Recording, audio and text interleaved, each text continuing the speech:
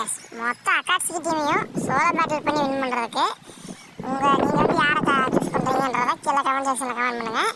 இந்த வீடியோ நம்ம வந்து எடுத்துக்கிறது யாருன்னு பார்த்தீங்கன்னா நம்ம மாதா வச்சுக்கலாம். வாங்க இன்னைக்கு வீடியோக்குள்ளே போய் பார்ப்போம் யார் ஜெயிக்கிறான்றதை. Wake up to reality. Nothing ever goes as planned in this accursed world.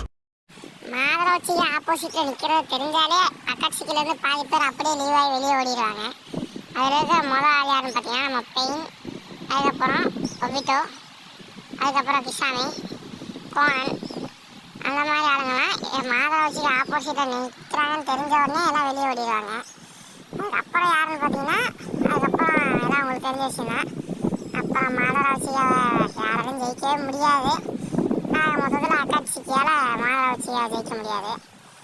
அதாவது அவங்களாம் வெளியே போனதுக்கப்புறம் அந்த அக்காட்சிக்கு டீமில் மிச்சம் இருக்கிற ஹிடன் அந்த மாதிரி ஆளுங்க மிச்சம் இருப்பாங்க.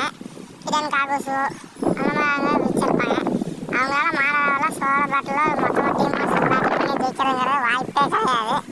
ஏன்னா நம்ம தலையை செய்க அந்த மாதிரி. இந்த வீடியோ பசங்க லைக் பண்ணி ஷேர் பண்ணிட்டு போங்க கைஸ். பையன் மேல ஒண்ணும் கை வச்சிடலையே. உண்மையா கேக்குற விஷயம் பெருசா இருக்குண்ணே. குறையண்ணே பையன் டெய்லி கம்பம் போலி சுத்திக்கிற ஏரியாவில் அவங்க வச்சதே சட்டம், அவங்க வச்சதே நியாயம். அவங்கள மீறி ஒண்ணும் பண்ண முடியாது. என்கிட்ட பேசுற மாதிரி முதல்ல யாருக்கிட்டும் போன் பண்ணி பேசாதீங்கண்ணே.